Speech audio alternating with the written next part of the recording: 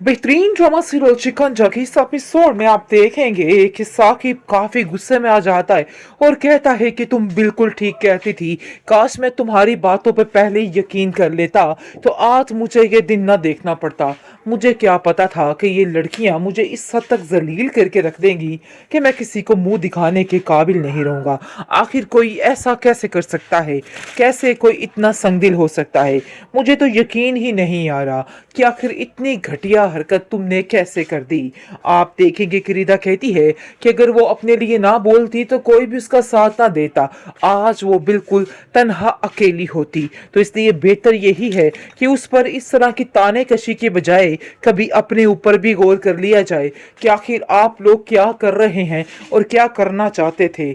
आप ना तो मुझे अपनी मर्जी के मुताबिक जीने देते हैं और ना ही मेरी बहन को। तो बेहतर यही है कि आप अपना रास्ता नापें और मैं अपना रास्ता नापती हूँ। लेकिन जी आप देखेंगे कि कहती है रानी कि तुम्हें तो काफ़ी ज़्यादा पर लग चुके हैं। अरे भाई मुझे तो यकीन ही नहीं आ रहा कि आखिर तुम क्या करना चाह रही हो और क्या कर रही हो।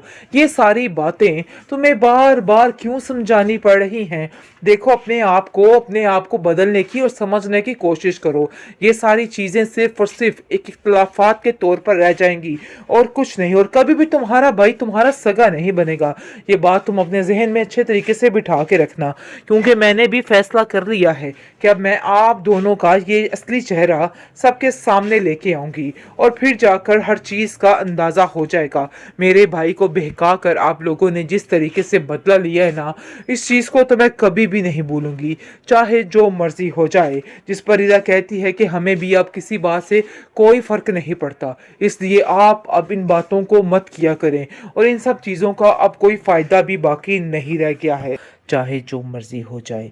लेकिन वो उसको कहती है कि तुम्हें फ़िक्र करने की ज़रूरत नहीं है, कोई एक स्टेप लेगा तो फिर ही जाके मामलात संभलेंगे। लेकिन जी रानी को अब मुंह की खानी पड़ेगी। रानी जो कुछ समझ रही थी ना कि उसकी सारी बातें पूरी हो जाएंगी और हर चीज़ ठीक हो जाएगी, लेकिन ऐसा कुछ भी नहीं होगा।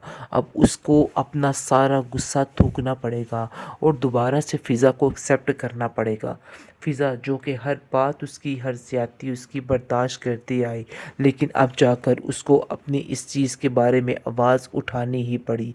और वो कहती है कि अगर मैं अब ना बोली तो कभी नहीं बोल पाऊँगी शायद, इसलिए बेहतर यही है कि मुझे बोलना पड़ेगा ताकि सारे मामला ठीक हो सकें। ऐसे मामला ठीक होते हुए मुझे नज़र नहीं आ रहे और ख़ामोशी से ऐसे रहना बिल्कुल फ़जूलियात है। लेकिन जी आप देखेंगे कि साफ साफ रानी साकिब से कह देती है कि तुम्हारी बहनों ने जो कुछ बगावत पे उतर आया है मेरा भाई, सब कुछ इन्हीं का किया धरा है। मैंने अपने कानों से सुना है कि ये दोनों बातें करके उसको वरगलाने की कोशिश कर रही थी और देख लो वही हुआ। जिस पर साकिब मज़ीद गुस्सा करता है और इधर को कहता है कि रानी बिल्कुल ठीक कह रही है और मुझे इस चीज़ का पूरा यकीन है कि रानी ने कुछ भी नहीं किया, बल्कि जो कुछ किया है आप लोगों ने किया है। आप पर मुझे इस किस्म का भरोसा नहीं था।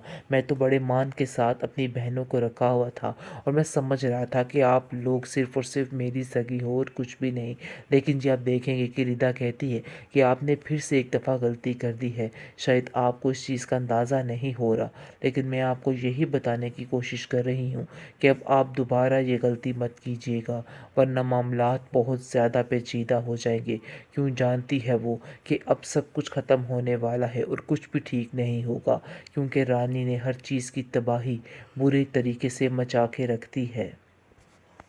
रानी किसी भी तरीके से अपनी नंदों को सुकून नहीं लेने दे रही। बस उसका दिल है कि किसी भी तरीके से इन लोगों का हर चीज़ बर्बाद हो जाए और तिक्के देकर खुद इनका भाई अपने हाथों से इनको निकाल दे, जिसकी वजह से दिन रात उसने एक करती है, बार बार उनको जलील और रुस्वा करने की कोशिश कर रही है। और कहती है रिदा से कि मैं बहुत जल्द तुम्हारी बहन को अपने कदमों तले लेके आऊँगी, क्योंकि मैं जानती हूँ कि इसको कैसे अपने पाँव के नीचे रोलना है और मैं इस चीज़ से बड़े अच्छे तरीके से वाकिफ़ हूँ। साकिब बहुत जल्द उसको खुद धिक्के देकर इस घर से बाहर निकाल निकालेगा। ये मेरा आप लोगों से वादा है। जिसको सुनकर रिदा कहती है कि मैं आप लोगों से खुद बहुत तंग आ चुकी हूँ। मुझे सब पता चल गया है कि फूफो जान ने आखिर आप लोगों से क्या कहा है, लेकिन आप जानबूझकर ये सारी बातें साकिब भाई तक नहीं पहुंचाना चाह रही और उनका दिमाग ख़राब कर रही हैं। जिस पर रानी साफ साफ कहती है कि अगर तुम ये जानती हो तो इससे अच्छी और कोई बात नहीं हो सकती, तो बेहतर यही है कि तुम भी अपने दिमाग से ये सारी बातें निकाल दो। मैं अब तुम्हारी ज़िंदगी में कभी कोई सुकून नहीं आने दूंगी और ये वाकई में मेरा तुमसे वादा है। और देख लेना कि मैं फ़िज़ा का क्या हश्र करती। फ़िज़ा जो बहुत बड़ी चीज़ अपने आप को समझ रही है उसको मैं बताऊंगी। ये सारी बातें वो अपनी माँ के साथ भी करती है और कहती है कि बहुत जल्द इन लोगों को मैं ऐसा हश्र करूंगी कि ये दोनों बहनें याद रखेंगी। लेकिन जी उसकी माँ भी साफ साफ कह देती है कि तुम ज़ारून के बारे में नहीं जानती कि आखिर उसके दिमाग में क्या चल रहा है, क्योंकि ज़ारून ने भी फैसला कर ही डाला है और इधर फ़िज़ा को कहा है कि आप लोगों को परेशान होने की ज़रूरत नहीं, बहुत जल्द मैं ये मामलात सारे खुद ठीक कर लूँगा। और वो इस चीज़ की हामी भी भर लेता है, लेकिन रिदा इस बात से डर रही होती है और फ़िज़ा को मना करती है और कहती है कि नहीं, ऐसा नहीं हो सकता, चाहे जो मर्ज़ी हो जाए। लेकिन वो उसको कहती है कि तुम्हें फ़िक्र करने की ज़रूरत नहीं है, कोई एक स्टेप लेगा तो फिर ही जाके मामलात संभलेंगे। लेकिन जी रानी को अब मुंह की खानी पड़ेगी।